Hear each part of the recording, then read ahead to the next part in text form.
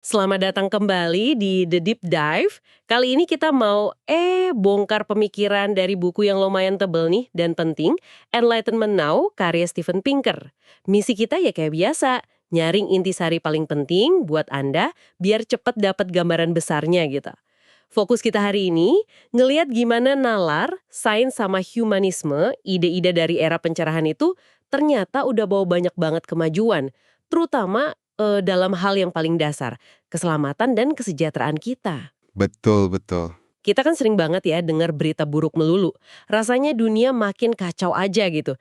Tapi Pinker ini ngajak kita lihat data jangka panjang. Dan ternyata, kalau dilihat dari kacamata data, banyak banget kemajuan yang mungkin kita anggap remeh atau malah yang nggak sadar gitu. Yuk kita gali bareng-bareng apa aja temuan menariknya. Iya, tepat sekali. Kita coba geser fokus nih dari berita harian yang seringnya negatif ya, Gen. Ke tren besar yang kelihatan dari data selama ratusan tahun. Prinsip pencerahan ini intinya sih soal keyakinan bahwa kita bisa pakai akal dan rasa peduli untuk bikin hidup manusia lebih baik. Itu jadi landasan diskusi kita. Ini bukan soal nostalgia masa lalu loh, tapi lebih kayak, kacamata untuk memahami sejauh mana kita udah melangkah maju dan apa yang bikin kita bisa sampai di sini. Bener, coba deh Anda bayangin sejenak. Bayi yang lahir sekarang punya harapan hidup sampai 80 tahun di banyak negara. Pasar penuh makanan, air bersih tinggal putar keran, anak perempuan bisa jalan di luar rumah dengan ya relatif lebih aman dibanding dulu. Pinker nulis buku ini karena dia merasa kita sering lupa kalau semua ini adalah hasil perjuangan manusia, bukan semacam hadiah yang turun gitu aja dari langit. Mhm. Contoh lain yang dia kasih misalnya, anak laki-laki nggak otomatis dikirim perang kayak dulu. Orang yang kritik penguasa nggak langsung, wah dijeblosin ke penjara atau ditembak mati. Dulu kan gitu. Hidup itu ya isinya kekurangan, penyakit, perang, kebodohan, ancaman, di mana-mana. Itu kondisi normalnya manusia selama ribuan tahun. Lupa sama kemajuan ini bahaya katanya. Bahaya banget. Itu poin penting. Kalau kita lupa dari mana datangnya kemajuan ini, negara atau masyarakat bisa, mundur lagi. Sikap sinis sama institusi yang lahir dari pencerahan, misalnya demokrasi liberal, kerjasama internasional, bahkan sains itu sendiri, itu bisa mendorong kita balik ke cara-cara lama, yang lebih primitif, yang andalin kekuatan suku atau pemimpin otoriter. Kembali ke kondisi yang keras tadi. Iya, iya. Kembali ke yang dasar banget ya. Nah, Pinker juga menyoroti fenomena yang dia sebut progresofobia. Ini semacam ketakutan atau bahkan penolakan terhadap gagasan kemajuan. Ini sering diperparah sama media yang cenderung fokus ke berita buruk. Dia ngutip tulisan Bernstein dan Rosenberg di New York Times setelah pemilu AS 2016, yang bilang kalau fokus jurnalisme ke masalah terus-menerus, itu malah bikin orang jadi, gampang pesimis dan putus asa. Oh, jadi ada efek psikologisnya gitu ya dari pemberitaan? Iya banget. Dan ini bukan cuma perasaan loh. Ada studi menarik dari Kalev Letaru yang menganalisis sentimen berita. Dia lihat artikel New York Times dari 1945 sampai 2005 dan berita dunia dari 1979 sampai 2010. Hasilnya, jelas banget kelihatan kalau pemberitaan itu memang makin lama makin negatif nadanya. Ada grafiknya malah di buku itu. Jadi, ya wajar kalau banyak orang merasa dunia makin parah. Padahal datanya mungkin nunjukin cerita yang agak beda. Nah ngomongin pencerahan nih, satu hal yang menarik dari sumber ini, ternyata pencerahan itu bukan berarti manusia dianggap super rasional gitu ya. Bukan, sama sekali bukan. Para pemikir pencerahan kayak Kant, Spinoza, sampai Adam Smith itu sadar banget kalau kita punya banyak nafsu, bias, dan ya kelemahan irasional. Justru karena tahu kita nggak sempurna itulah, makanya perlu banget usaha sadar buat pakai nalar untuk ngatasin kecenderungan berpikir kita yang kadang ngawur itu. Betul, itu intinya. Nalar itu alat, bukan kondisi bawaan. Ya mental yang isinya pengetahuan, tujuan, ide. Hobbes bahkan bilang berpikir itu ya cuma menghitung. Ini dasar ilmiahnya kenapa sebuah ide yang cuma pola informasi di otak kita bisa memicu perubahan perilaku dan akhirnya mengubah dunia di sekitar kita secara nyata. Bisa menjelaskan banyak hal yang dulu mungkin dianggap misterius atau dijelaskan pakai cara lain. Misalnya soal evolusi lawan kreasionisme.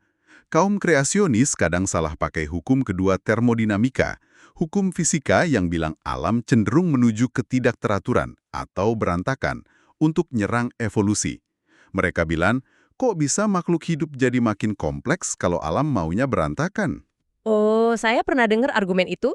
Nah, kata sumber ini, mereka lupa satu detail penting.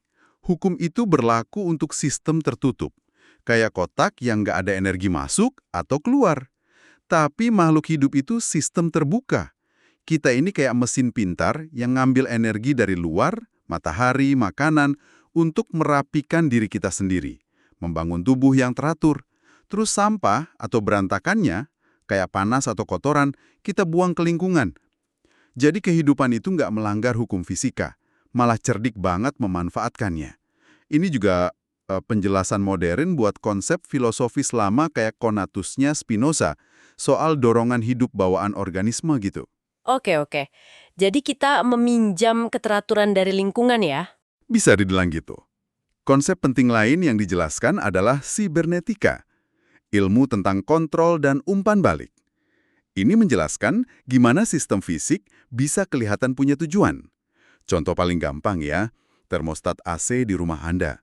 Dia nggak punya kesadaran kan, tapi bisa bertujuan menjaga suhu ruangan tetap stabil. Atau tubuh kita yang otomatis menggigil kalau kedinginan dan berkeringat kalau kepanasan. Itu mekanisme kontrol otomatis untuk menjaga suhu tubuh. Sistem ini ngejar tujuan tanpa perlu pikiran sadar. Ah, oke. Jadi tujuan nggak harus datang dari kesadaran ya? Nggak harus. Analoginya bagus nih dari Pinker. Kalau Anda lihat tumpukan baju kotor di rumah tiba-tiba berkurang, Anda nggak mikir bajunya nyuci diri sendiri kan? Iya enggak lah. Anda tahu pasti ada seseorang atau sesuatu, mungkin mesin cuci, yang melakukannya. Sama halnya kalau kita lihat data sejarah yang nunjukin kekerasan menurun drastis. Itu bukan keajaiban atau terjadi begitu saja, pasti ada penyebabnya. Nah, tugas kita adalah mengidentifikasi penyebab-penyebab itu. Misalnya penegakan hukum yang lebih baik, perubahan nilai, biar kita bisa terus memperkuatnya. Bukan cuma, oh ya udah turun aja, gitu. Sip, sip. Paham. Oke, sekarang kita masuk ke bagian yang paling seru mungkin ya. Bukti-bukti peningkatan nyata, terutama dalam hal keselamatan dan kesejahteraan kita. Ini yang jadi fokus utama kita kan. Data harapan hidup aja udah luar biasa. Bayangin, dari rata-rata cuma sekitar 30 tahunan pas era pencerahan mulai, sekarang rata-rata dunia itu 71 tahun. Di negara maju malah udah 81 tahun. Gila kan? Jauh banget ya bedanya. Di Kenya aja, dalam 10 tahun antara 2003 sampai 2013 harapan hidupnya naik hampir 10 tahun. Ini kan peningkatan kualitas hidup dan keselamatan dari kematian dini yang masif banget. Iya, itu indikator yang kuat banget. Terus penyakit menular yang dulu jadi momok kayak cacar, polio, campak, itu turun drastis. Cacar bahkan udah musnah, polio hampir. Sumber ini cerita pas vaksin polio Salk terbukti aman tahun 1955, reaksi publik itu luar biasa loh. Orang-orang spontan mengheningkan cipta di jalan, mobil-mobil bunyikan klakson, lonceng gereja berdentang, sekolah diliburkan. Itu bukan sekedar berita kesehatan, tapi perayaan kebebasan dari rasa takut yang melumpuhkan. Kita mungkin lupa betapa berharganya keselamatan dari penyakit ini. Kita udah anggap remeh ya sekarang. Padahal dulu itu ancaman nyata sehari-hari. Betul. Terus soal kemiskinan ekstrim, ini juga salah satu cerita sukses terbesar umat manusia yang jarang dibahas kayaknya. Secara global, jumlah orang yang hidup dalam kemiskinan absolut itu turun terus. Dunia pelan-pelan bergerak ke arah kelas menengah. Kalau lihat data PDB atau produk domestik bruto, ukuran total nilai ekonomi suatu negara, itu melonjak gila-gilaan terutama sejak abad ke-19. Sumber ini nunjukin grafik distribusi pendapatan dunia yang menarik banget. Dulu bentuknya kayak unta dua punuk, artinya banyak banget yang miskin, sedikit banget yang kaya, tengahnya kosong. Oh, yang itu ya. Saya lihat grafiknya. Nah, iya. Sekarang bentuknya lebih kayak unta satu punuk. Puncaknya ada di tengah, artinya makin banyak orang masuk kelas menengah. Ini bukti keselamatan ekonomi yang luar biasa kan? Konvergensi namanya ya. Betul, nutrisi juga membaik drastis, rata-rata kalori per orang per hari itu naik signifikan, bahkan di negara padat penduduk kayak Tiongkok dan India. Akibatnya, kematian akibat kelaparan massal atau famine itu turun banget, grafiknya nunjukin penurunan tajam. Meskipun, nah ini, harus diakui, grafik itu juga nunjukin puncak-puncak mengerikan akibat kelaparan yang disengaja atau disebabkan kebijakan politik yang buruk. terutama oleh rezim komunis di abad ke-20 yang disebut bertanggung jawab atas sekitar 80% kematian akibat kelaparan saat itu. Ini pengingat kalau keselamatan dari kelaparan juga tergantung pada institusi politik ya. Iya, itu catatan penting banget. Jadi, apa sih mesin penggerak di balik semua kemajuan ini? Sumber ini nyebutin beberapa hal utama. Pertama, jelas banget, aplikasi sains ke kehidupan nyata. Ekonom Joel McKeer menyebutnya ekonomi tercerahkan. Mesin-mesin revolusi industri, pupuk kimia yang bikin pertanian jauh lebih produktif, pipa air bersih, sanitasi modern berkat teori kuman penyakit. Sains itu kayak jalan pintas, yang memangkas jalur trial and error yang nggak perlu dalam mencari solusi. Contohnya penemuan barometer yang buktiin adanya tekanan udara. Itu jadi dasar mesin uap. Kimia modern bikin pupuk sintetis.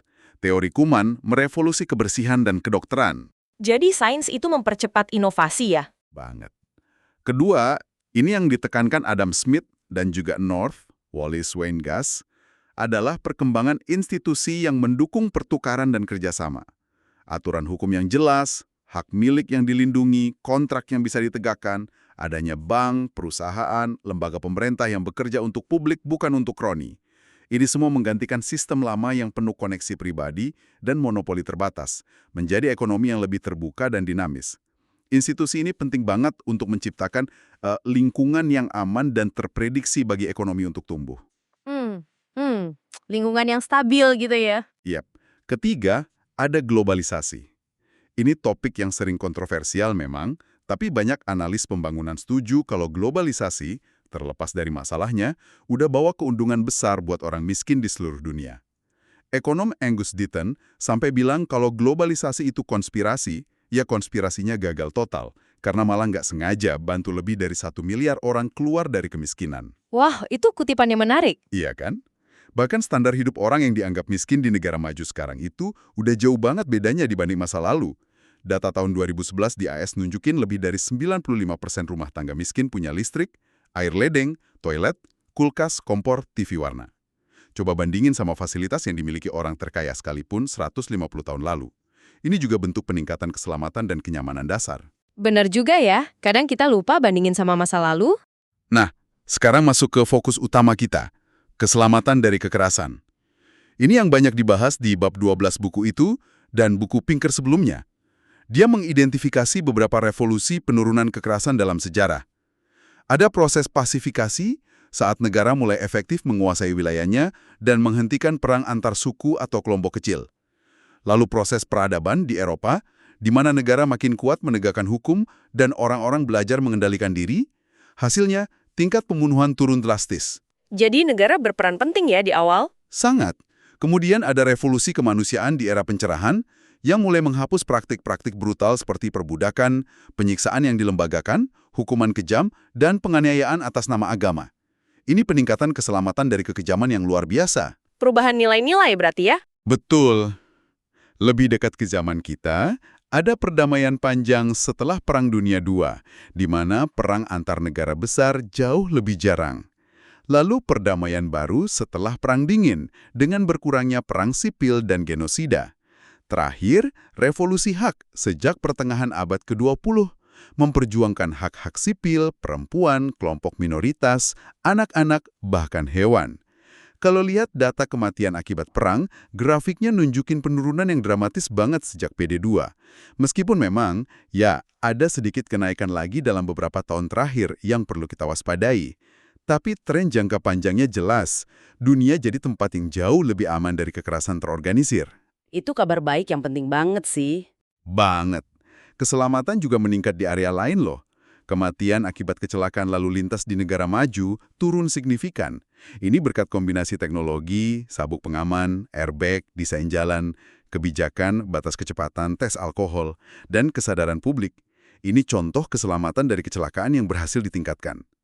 Bahkan masalah lingkungan lintas batas kayak hujan asam dan lubang ozon itu berhasil ditangani lewat kerjasama internasional. Ini bukti kalau kita bisa kok mengatasi ancaman keselamatan lingkungan berskala besar kalau ada kemauan politik dan kerjasama global. Wah, iya juga ya soal ozon itu. Dulu kan heboh banget. Jadi banyak banget ya ternyata aspek keselamatan yang membaik. Selain keselamatan fisik dan lingkungan, ada juga soal perluasan kebebasan dan hak. Demokrasi, meskipun definisinya rumit dan perjalanannya naik turun, tapi tren jangka panjangnya menyebar ke lebih banyak negara sejak abad ke-19. Sumber ini nunjukin data skor Polity yang ukur tingkat demokrasi.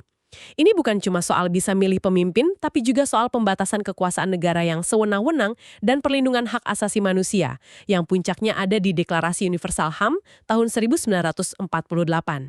Ini kan soal keselamatan dari penindasan oleh negara. Jaminan terhadap kesewenangan negara ya? Iya, kemajuan soal hak-hak kesetaraan juga nyata banget. Contohnya di AS, buat warga Afrika Amerika, tingkat kemiskinan mereka turun jauh, harapan hidup naik pesat, buta huruf hampir hilang. Hak perempuan juga meluas di seluruh dunia. Ada undang-undang dan kampanye global melawan kekerasan terhadap perempuan, pernikahan paksa, sunat perempuan, FGM. Tingkat FGM ini katanya turun sepertiga dalam 30 tahun terakhir di negara-negara yang mempraktikannya. Penerimaan terhadap hak-hak gay juga meningkat cepat di banyak tempat. Ini semua tentang menciptakan masyarakat yang lebih aman dan adil bagi semua kelompok. Perubahan sikap dan hukum ini nyambung banget sama pergeseran nilai-nilai di masyarakat yang oleh peneliti disebut nilai-nilai emansipatif. Data dari World Value Survey nunjukin kalau nilai-nilai yang menekankan kebebasan memilih, kesetaraan gender, toleransi ke kelompok lain, itu cenderung lebih kuat di masyarakat yang lebih makmur, lebih terdidik, lebih damai, lebih demokratis, dan lebih bersih dari korupsi. Jadi ada semacam lingkaran positif gitu di sini. Jadi kemajuan ekonomi dan sosial saling mendukung ya? Kayaknya begitu. Pendidikan jelas pegang peran penting. Pendidikan itu membuka pikiran kita ke budaya lain, ngajarin kita bahaya percaya tahayul atau ikut pemimpin karismatik membabi buta. Pendidikan juga nyadarin kita kalau keyakinan kita sendiri bisa aja salah dan ngajarin cara menyelesaikan konflik tanpa gebuk-gebukan. Ini kontribusi pendidikan untuk keselamatan sosial, bisa dibilang. Oke, masuk akal. Ada juga fenomena menarik namanya efek Flynn. Skor IQ rata-rata orang di seluruh dunia itu naik loh selama beberapa dekade terakhir. Kemungkinan ini karena kesehatan, nutrisi, dan terutama pendidikan yang makin baik dan makin ngajarin berpikir abstrak dan analitis. Menaiknya, kenaikan IQ ini berkorelasi juga sama pertumbuhan ekonomi dan ukuran kesejahteraan lain kayak harapan hidup dan waktu luang. Otak yang lebih terlatih sepertinya membantu kita membangun dunia yang lebih baik dan lebih aman. Tapi tentu saja Pinker juga nggak naif. Dia mengakui banyak tantangan dan nggak semua orang merasakan kemajuan ini secara merata. Pertumbuhan pendapatan melambat buat sebagian kelompok di negara maju, ada yang beneran kesulitan, kayak yang disebut sumber ini soal krisis kematian akibat overdosis obat di kalangan kulit putih Amerika paruh baya yang kurang berpendidikan.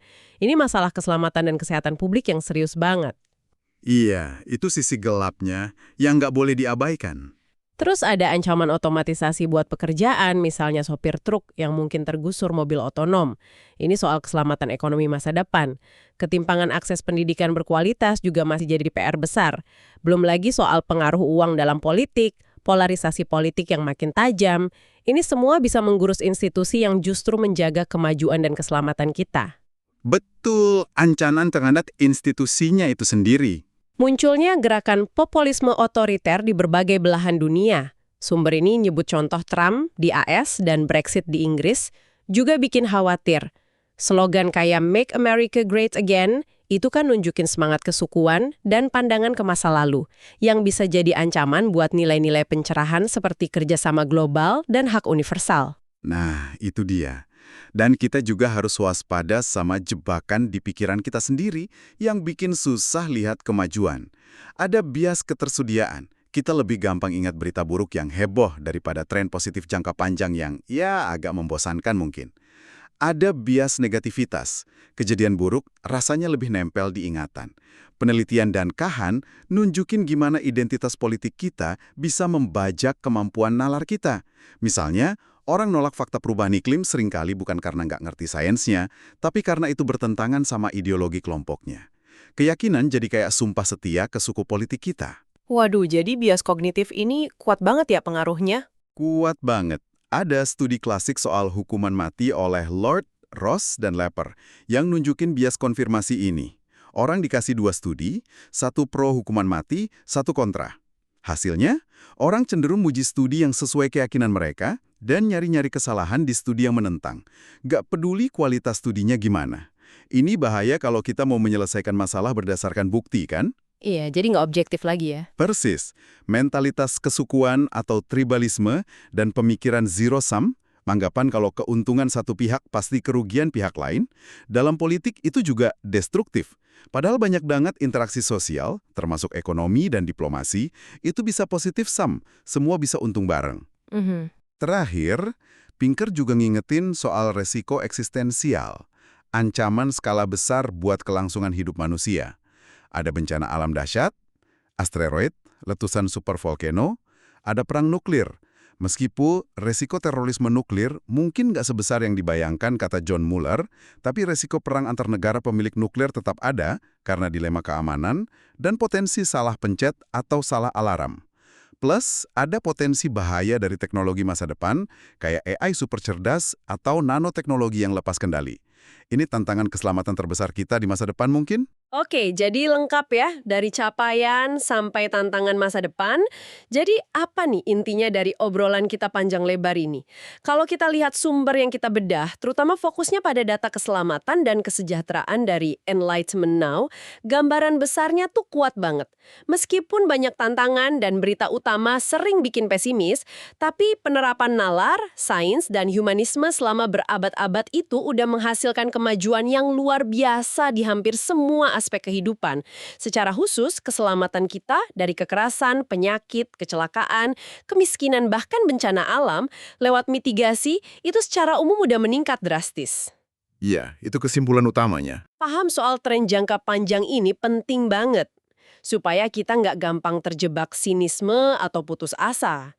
Ini bantu kita buat menghargai dan terus menjaga institusi serta nilai-nilai yang bikin kemajuan ini mungkin terjadi.